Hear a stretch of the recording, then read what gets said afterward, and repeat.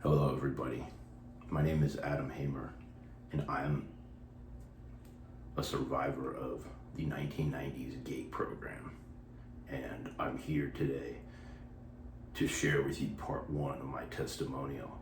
It's not going to be really long today because it's really important that I share this information with the public. Anyways, as I've stated before, my name is Adam Hamer. I was born in Tucson, Arizona in 1988. I'm 37 years old, and in the 1990s, I was enrolled through the public school system in Tucson, Arizona, into what is known as the GATE program. It stands for Gifted and Talented Education. At the time, they told us it was just normal education. It was enhanced curriculum. That's what they said. That is not what it was. This is not going to be the video where I go into depth or detail about what GATE actually is. But what this video is about how my search to understand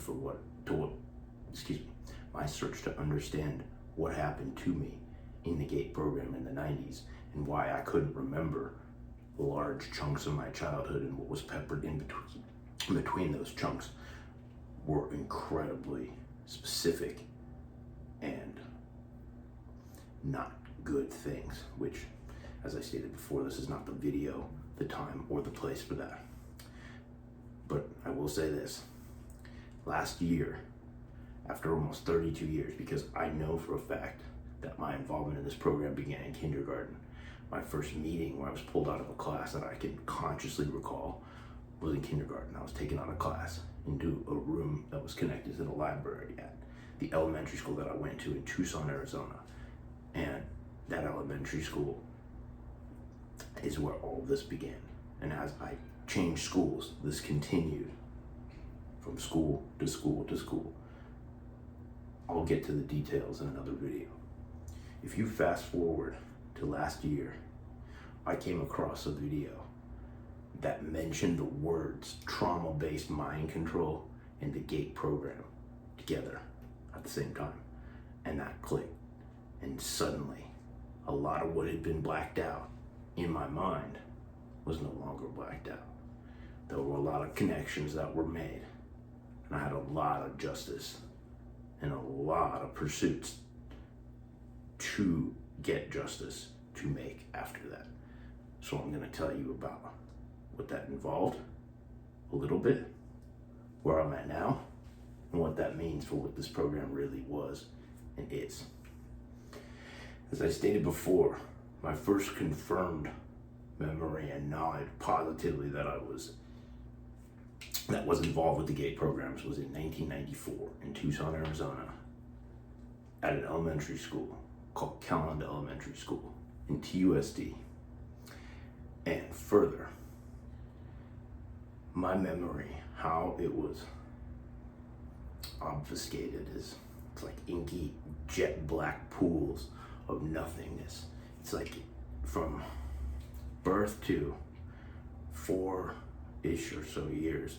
It's very vivid, rich. It's a different color and quality than my memory after, which has a long, large inky black period, which stretches from about age 4 until age 8.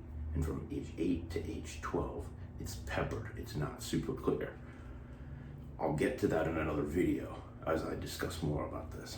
But what I want to talk about is the pursuit of justice that I went on, and I'm still on, and what I've uncovered so far as relates to this, my person, the GATE program, and the intel agencies and military apparatus and contractors of the United States of America. Last year, after I got my memory back, I needed to get answers. I needed to figure out what had actually happened to me. So I filed a number of first-party Privacy Act requests with a lot of different government agencies.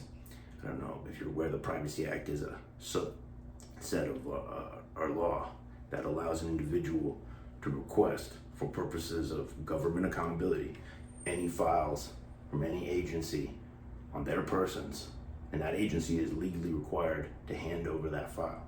And if they do not hand over that file, they must cite specific exemptions that explain to the person why exactly they can't hand over that file.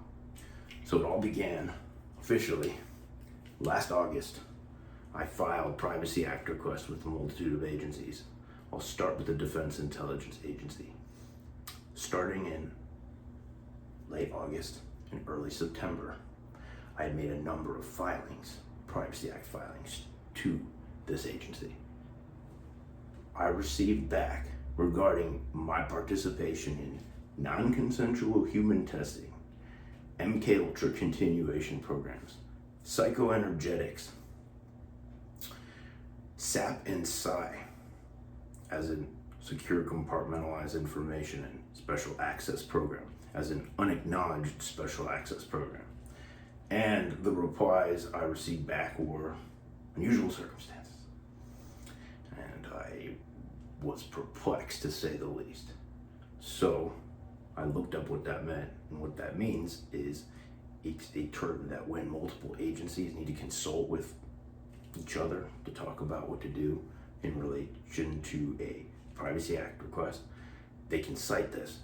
There have to be responsive files for them to cite this because it involves going through, as it states, voluminous amounts of files. So that was red flag number one, because those filings were specifically about the GATE program, Monarch programming, the Phoenix program continued in America, MK Often, Stargate, and a litany of other topics. How I was able to get the files and confirm the existence of them, or at least confirm the existences, by requesting these agencies search any and all contractors that had ever worked for them in the past on these programs. And by doing so, I was able to get a number of hits back on my persons. And this continued on for quite a while. This is not the video where I'm going to get into that, nor is this the time.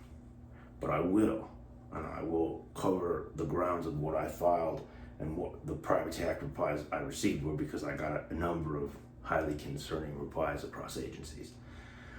I also received a number of final determinations from agencies regarding the same exact matter, and my files on my persons that belong legally to me were withheld on the grounds of national security and national defense, and they were person-specific exemptions cited to legally try to evade their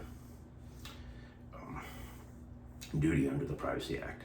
Anyways, that said, I was never going to tolerate this. This is not acceptable, it's not justice, and I'm not going to stand for that. So I had initiated a criminal complaint to the Inspector General of the Intel community last year, originally in September, regarding the GATE program, abuses against my person, non-consensual human testing, continuation of behavior modification programs under the auspices of the public school program, and such.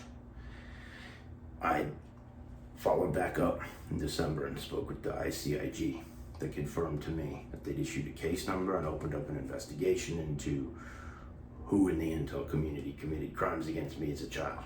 The case number is 774-C-O. Fast forward to January. In January, they gave me another update. They said they were investigating it with the FBI. I continued to file Privacy Act requests. I continued to receive highly concerning, anomalous replies while they continued to investigate the crimes into GATE and my persons when I was a child in the 90s. Then I was cut out of the process at the ICIG completely. They went dark. They stopped giving me updates on my own case. I was to find out later from the National Reconnaissance Office that it was because my case into who abused me as a child under the auspices of the GATE program was classified now.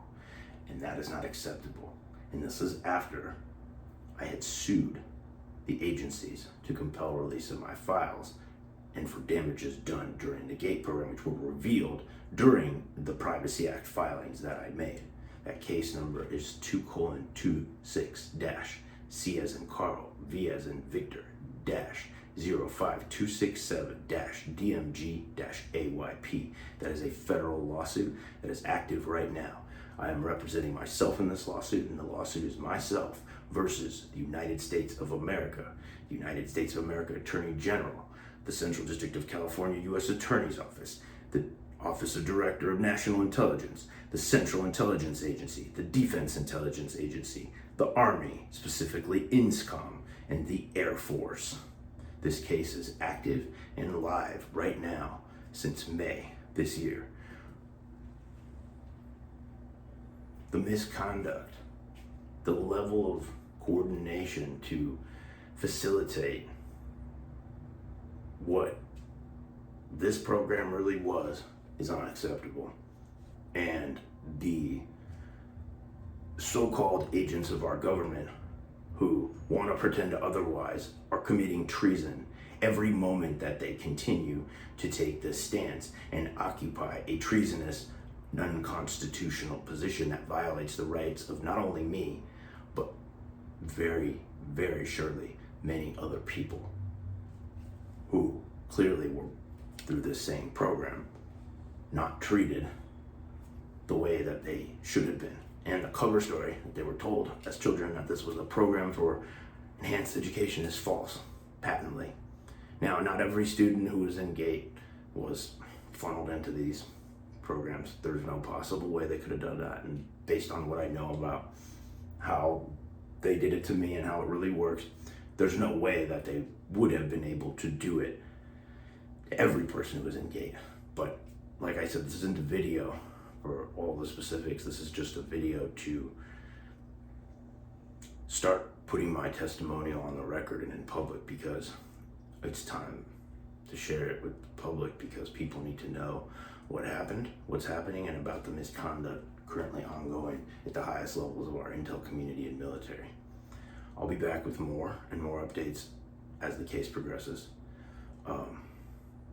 Yeah, thanks for listening. Bye.